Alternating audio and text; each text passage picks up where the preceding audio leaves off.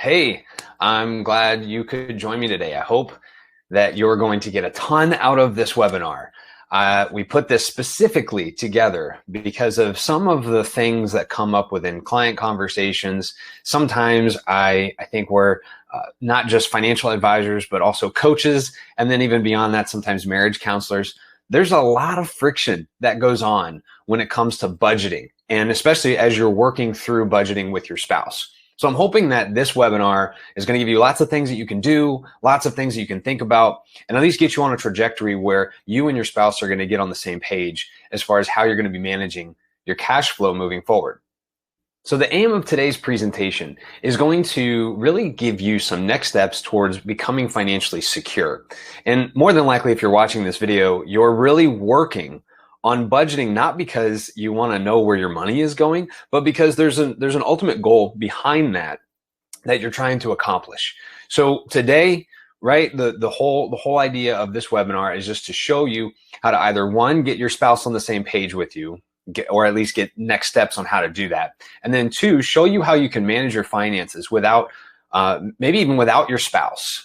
Maybe your spouse is somebody that won't ever be engaged or involved in this. And so there are some ideas that we have that we can give you as far as how you can navigate financial topics and financial decisions, maybe not necessarily without excluding your spouse, but involving your spouse when they absolutely do need to be engaged. Please keep in mind, we do have a podcast that's available. There's a ton of material on there about insurances and investments, and just it's a huge resource, I think, for a lot of people, where you can just go, you can listen to it on your leisure. It's available all over the place. So, and even if you Google the Smarter Vet podcast, I believe that will probably come up through Buzzsprout is the website that we go through. So it's all on there. It's all online at your disposal to listen to whenever it's convenient for you.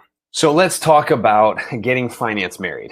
So I want you to think back to the time that you were getting married, and, the excitement, the planning.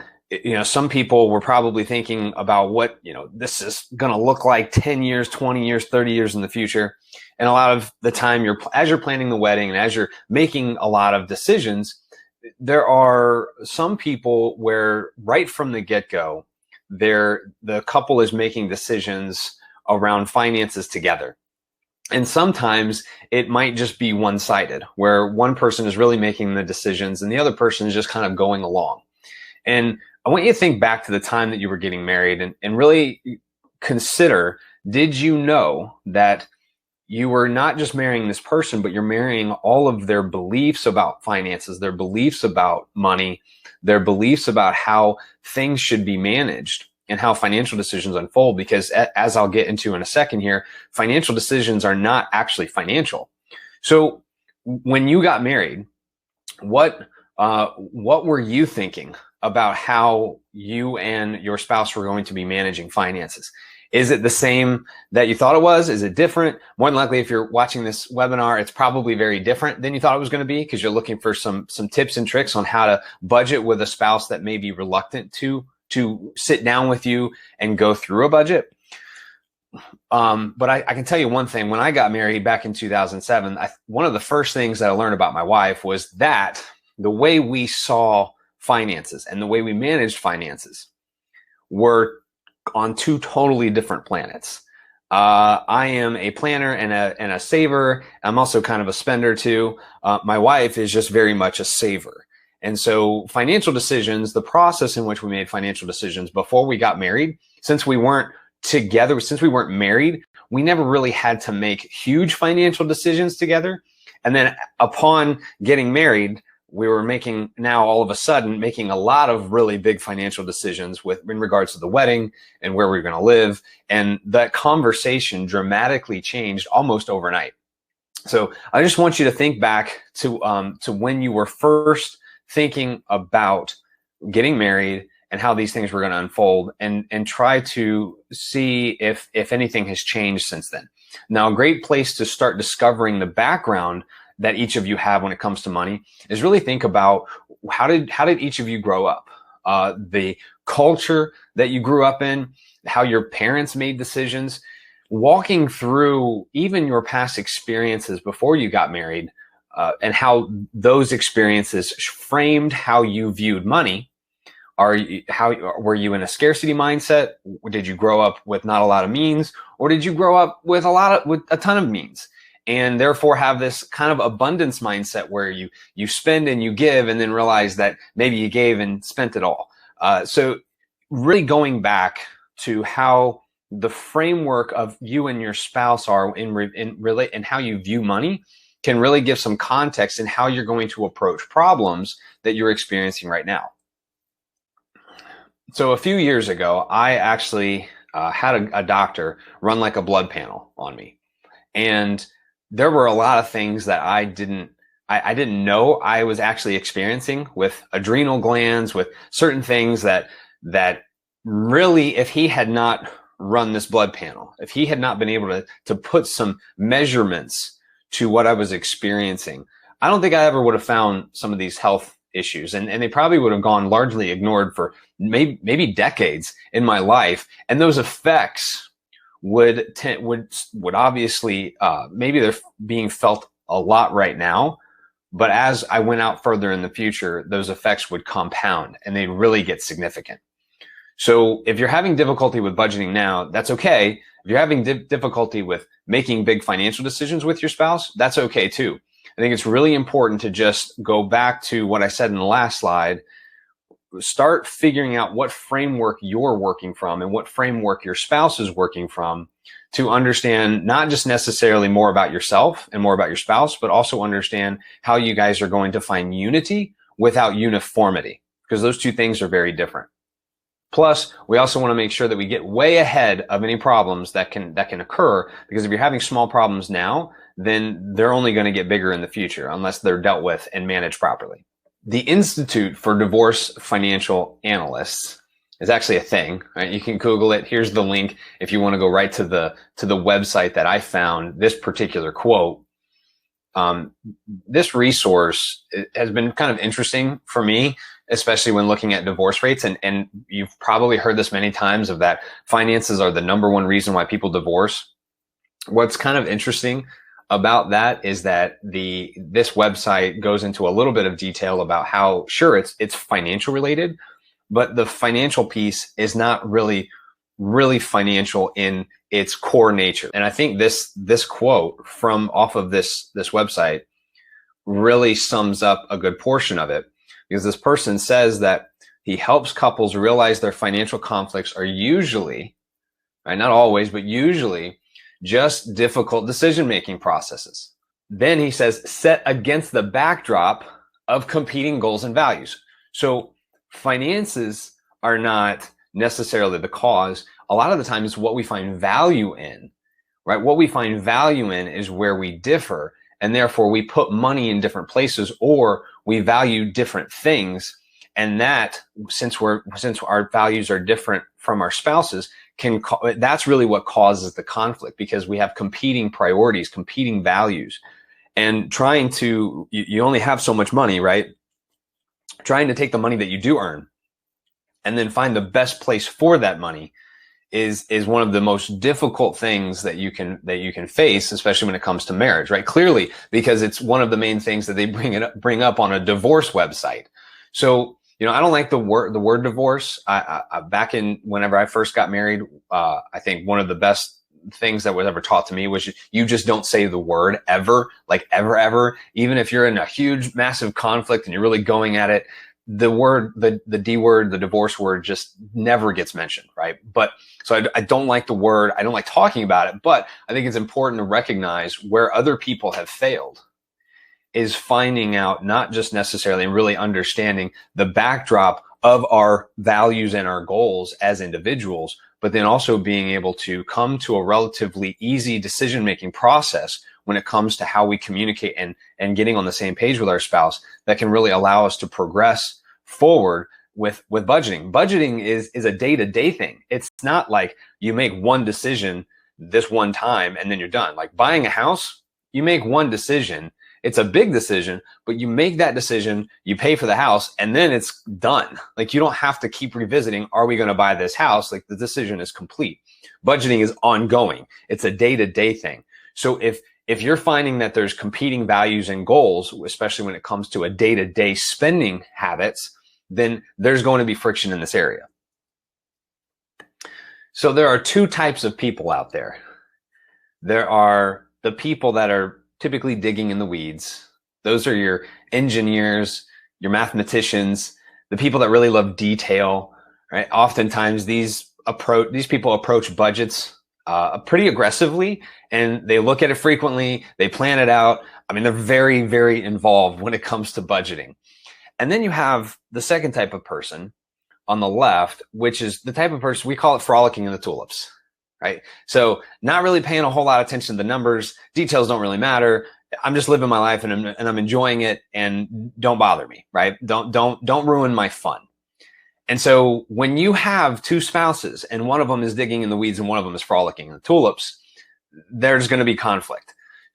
Keep in mind though, that sometimes you get two people that are digging in the weeds that marry each other, right? And that can sometimes reduce the amount of fun that they have. And so if you're someone who digs in the weeds and you've married somebody who digs in the weeds and you find that there's conflict, the conflict might actually be because you're not having the fun.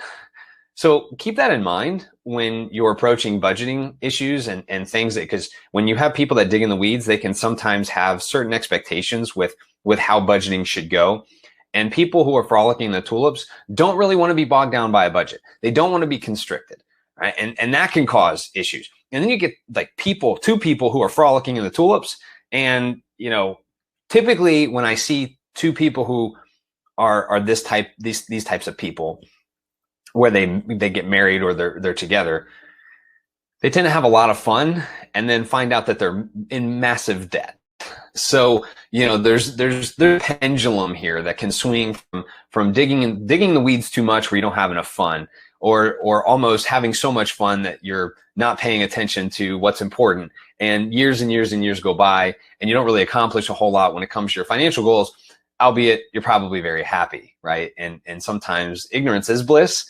And then later on down the road, you get to retirement, you don't have enough, or later on down the road, your kid wants to go to college and you can't pay for it. There are certain things that if you're too far to the fun side, then you can get to those times in life where you really should have prepared and you regret it, right? You regret not doing that. And if there's one thing I don't want you to do, I don't ever want anybody watching these webinars or listening to our podcast who can get down 10 years, 20 years from now and say, wow, I really regret not doing X. I really regret not doing Y.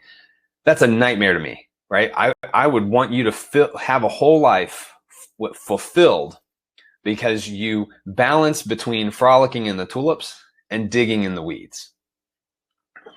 Now, this presentation is not going to solve all of your problems, especially if there's some deep-rooted conflict in your marriage, but there are some problems that I'm going to go through real quick, and I'm going to give you some ways to approach these things that could potentially get you on a path where you're feeling comfortable talking with your spouse and getting on the same page when it comes to creating a budget, and then being successful at sticking to that budget and realizing those goals, those financial goals that you and your spouse want to accomplish together. It's not an either or, it's a both and. Your spouse is not your enemy. So really start thinking, especially as I get into these problems, let's look at the problems, let's diagnose them, and then let's quickly move on to solutions. Now, I can tell you a lot of conflict in marriage can simply be solved by balancing how we approach conversation between two things. It's truth and love. Anytime you approach your spouse with too much truth, it's cold. It's almost harsh, right? You can tell your spouse something in truth and if it doesn't have any love to it, your spouse is not going to receive it because it's mean. However, if you approach conflict with too much love and not enough truth, then you can actually enable your spouse and find a lot of dissatisfaction in your relationship with your spouse because you're giving them too much love. You're almost not giving them enough honesty. You're not being honest with them to the degree that they're going to be able to make changes that they want to make in order to make sure that your relationship is on the same page and better. So really think about how you approach conflict. Are you the person that comes with a little too much truth and not enough love? Or are you somebody that comes with a lot of love and not enough truth? Because if you do too much of one or the other, you're never going to get anywhere. The balance between truth and love also is set in context to the situation and to the person. My wife can be incredibly blunt to me, and I can take it really, really harshly. Like, I can get real hurt, right? So she knows she's got to come to me now, and certain things, depending on the subject, right? She can come to me about certain things and be incredibly blunt, and I wouldn't care. She can come to me and be incredibly loving, and it would actually be okay. We would still make progress in that area.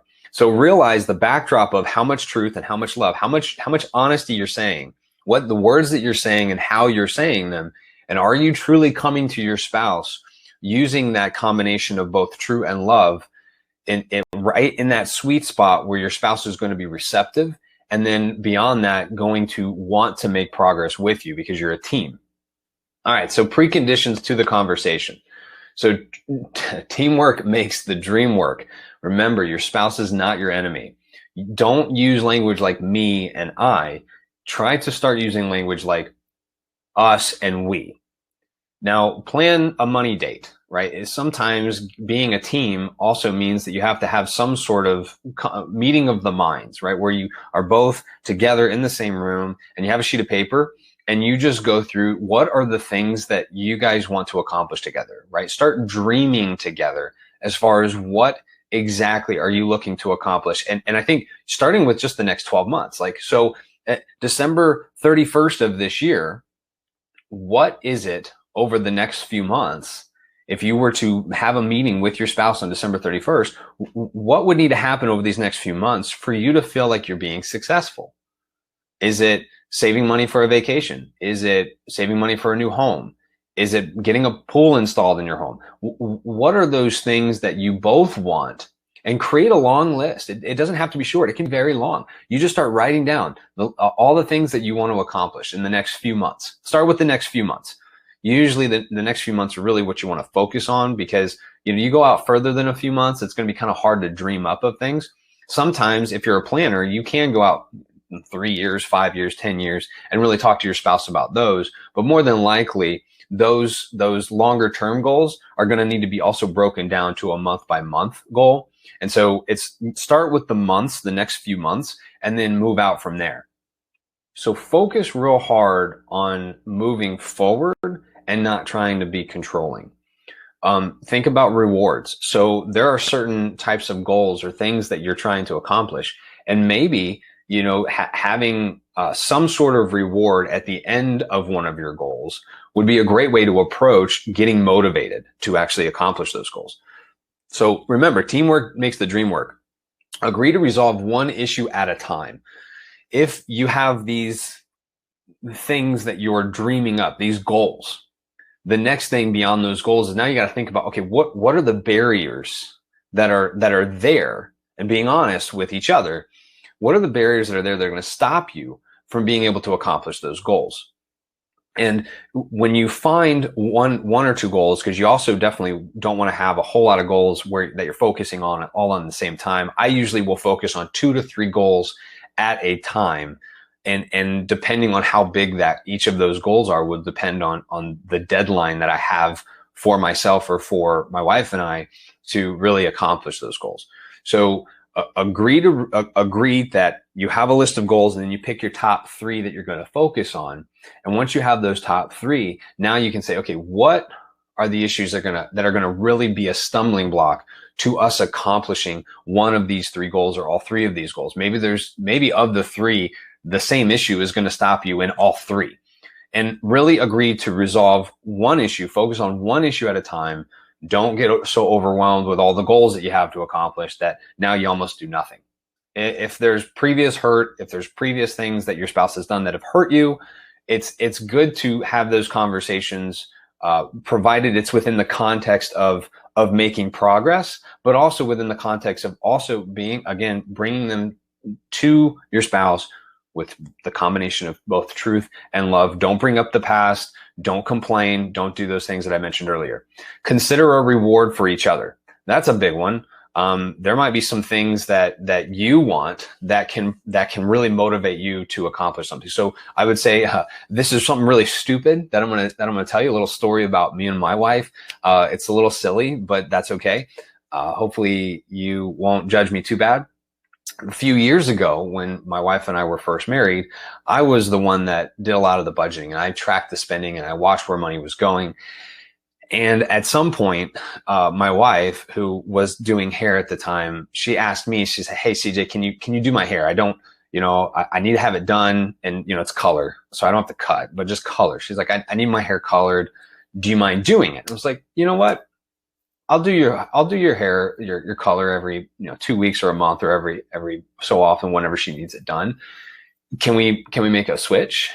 And I switched with her. So I had a deal with her where I did her hair every month and she did the finances. So she actually managed our budget for a whole year. Before I was the one that did it. And then she started doing it. She took over the entire thing for a full year while I did hair. Now, that may not sound like a big deal, but she really didn't want to do the finances, and I really didn't want to do her hair. So it was kind of nice to have something that we could come together on and switch. And then probably about a year into it, my wife said, I'm done doing the finances. And so she doesn't do the finances anymore. But I still do her hair. So much for that. Such is life. You make concessions, and sometimes they don't always go your way. Another thing is just focus on the next step. So when you have your goals, you have your conflicts, maybe just, again, coming to that idea of resolving one issue at a time, focus on the very next step and don't lose sight of what's important. There might be other things that you're having issues with in your marriage. Try to just focus on what's important and keep the main thing the main thing. So reasons that your spouse doesn't want to budget with you. There are many, many, many reasons that they could probably tell you about. I've boiled it down to 4 and I'm going to try real hard to approach this with you, bringing you both truth and love, because these 4 are going to be, well, a couple of them are going to be hard for me to tell you. The first one is your spouse doesn't see the benefit in budgeting. I mean, they don't know why to save. Like there's no, the funny thing about spending money is that there's an immediate reward. You immediately feel some satisfaction. You buy a computer. It's exciting to have a new computer. Well, for a lot of people. For me, it's like huge. I love computers. I'm buying computers all the time. When you make a purchase, there's this immediate reward that you're getting. When you save money, not very rewarding. Right? Coming back to that idea of you almost have to approach a lot of the things and a lot of the goals that you have with a reward, because there's otherwise no real reason to get motivated for it. Sometimes saving for a vacation is very easy for people because they know that at the end of it, they're going to go on this really good vacation. But saving money to buy something that like a roof, it's not that exciting, right? You just know that you have to do it. It kind of stinks. And sometimes people don't even have enough money to save up for, like they get to the part where they need to replace the roof, but they don't have enough money because it really wasn't that exciting to save for, right? Not like the vacation. The vacation might cost the same amount as the roof. It doesn't matter, right? People are just more motivated because there's a reward. So I think, if when it comes to saving, your spouse may not see a benefit to it because there just doesn't seem to be a reward. Okay, you got all this money in the bank, but you had less fun. To them, they believe one, you had less fun. And 2, you had to go without in order to have money in the bank that isn't really providing much of a benefit to you. If you're frolicking in the tulips, this can be seen as a showstopper, right? Another reason why might be because your spouse has unrealistic expectations. And this goes for both people who frolic in the tulips and digging in the weeds, right? You can't budget for groceries of $5 a week, right? And so sometimes people can be too extreme in one category over another, especially when it comes to budgeting. And so by having unrealistic expectations of what a budget is going to be able to accomplish can be discouraging. And that's a lot of the time people will try a budget and then they fail and then they try and then they fail. It just doesn't ever seem like a budget actually works for them and they give up. The third one is your spouse might not want to budget with you because of how you approach things, right? So it actually might be you. And this is the one where I want to come to you with truth and love. It's not that there's something wrong with you. Okay. You're perfectly fine. It's that you and them might see things so differently that it's hard to get on the same page. And if you start getting frustrated, and if you start trying to use that budget as a club over your spouse, then that is 100% going to discourage them from budgeting in the future and really wanting to get on the same page with you when it comes to making financial decisions on a day-to-day basis. And then I think the fourth thing is it's just not easy enough. Like if you don't make budgeting easy for your spouse, and I'm going to talk about a particular tool that I even used with my wife, because I realized that my wife needed to have things a whole lot simpler, a whole lot easier for her, because there were just too many things that she was doing for her to sit down at the end of every day and examine her spending habits and our budget, right? It was just there. She just didn't have the time. She didn't have the brain power to take care of my daughter, take care of schooling for her, take care of her job, take care of all the other things that she had going on during the day. So if you make it easy for your spouse, you might find that they want to get on the same page with you. You might find some real progress there too. So we talked about the problems. We talked about some issues that you can be running into. Let's start talking about the solutions. Like, what can we do? How can we approach some of these things where we actually make progress when it comes to making sure that our budget works with spouse? The first thing is obvious. I think communicating to them why it's important to you. Why is saving important to you? Are you in a job that you don't want to be in forever? Do you want to get to a spot where you actually do retire? And retirement in the essence of not retiring from something, but retiring to something else. Maybe there's a passion that you have for opening a business, opening a practice, whatever it is. Communicating to your spouse why it's important to you to save, why it's important for you to budget, because a lot of the times our spouses can sometimes feel like we're trying to control them. And if they feel like we're trying to control them, no one wants to be controlled.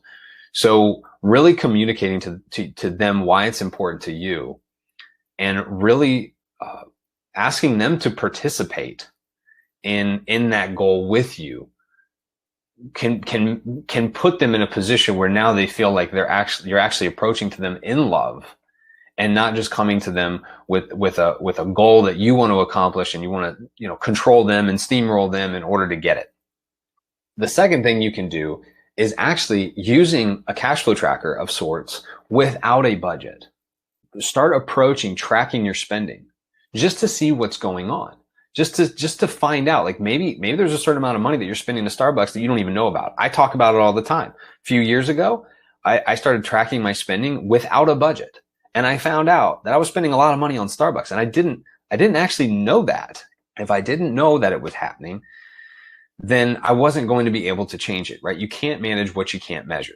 And so by measuring these things and at least getting some idea of where money is going can give you power in starting to redirect those cash flows to things that you're spending money on that you don't actually want to spend that much money on, and redirecting that money to something else that is more important to you, that is a goal that you and your spouse have written down, that you and your spouse are working towards. So take the burden of having to budget and stick to a budget and just track your cash flow and see what you find out. Third thing, give them a spousal budget. So I realized early on, it was easier for me to just say to my wife, hey, this week you got $500 to spend. Doesn't matter on groceries, doesn't matter on gas, doesn't matter on clothes. Like if she had a certain amount of money per week that she could go and buy groceries and buy enough gas and buy enough things, and then whatever she had left over, she could literally spend on whatever she wanted. Like, I did not care where that money went. It was for her to figure out where she wanted to put it.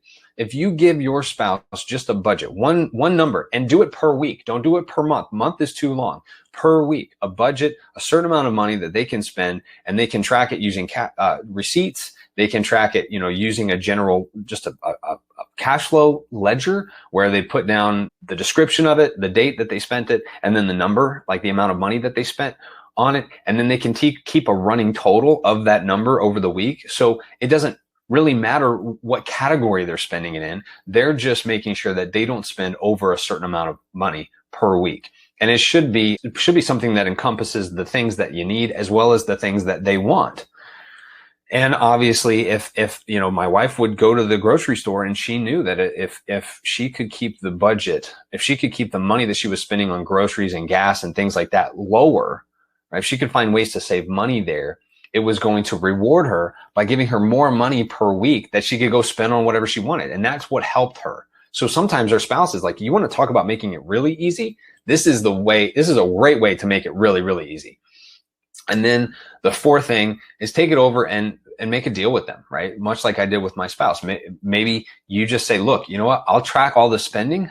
I just need you to make sure that you only spend X amount of dollars per week, and, and come to an agreement as far as what that number is, but don't make it a hard line in the sand for the first few months, because you're going to need to see at least how things actually unfold. Going back to the second thing that's on this list, go back to let's just see where your cash flow is.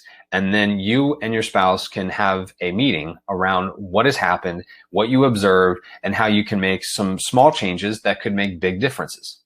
I hope that in a huge way, this webinar has given you some things to think about, some things that you can do to actually apply. And right now, if you take out a piece of paper, just write 2 things that you're going to do from this webinar that you're going to apply, that you're going to do sometime in the next week with your spouse, whether it be have a meeting with them and write down goals, whether it be to have a conversation with them about previous experiences, right? Sometimes the next step to getting a budget is not actually to budget. It may be to just understand more about your background and your spouse's background, and start really understanding the context in which you think and you believe about money. The things that the relationship that you've had with money in the past, and how maybe that can be affecting a lot of your financial decisions today. If you want more resources, if you want to learn more about money and managing things and insurance and investments, there's actually a mini series where we took our entire financial planning process and we put it in 4 videos. Right. So that's pretty cool. I'm actually really, I can't even believe we did it. We literally took an entire financial planning process and put it in 4 videos. You can go to the website, you can pop around the different videos, you can watch what you want to watch. Hopefully you watch it all. I think all of it's going to be very good for you.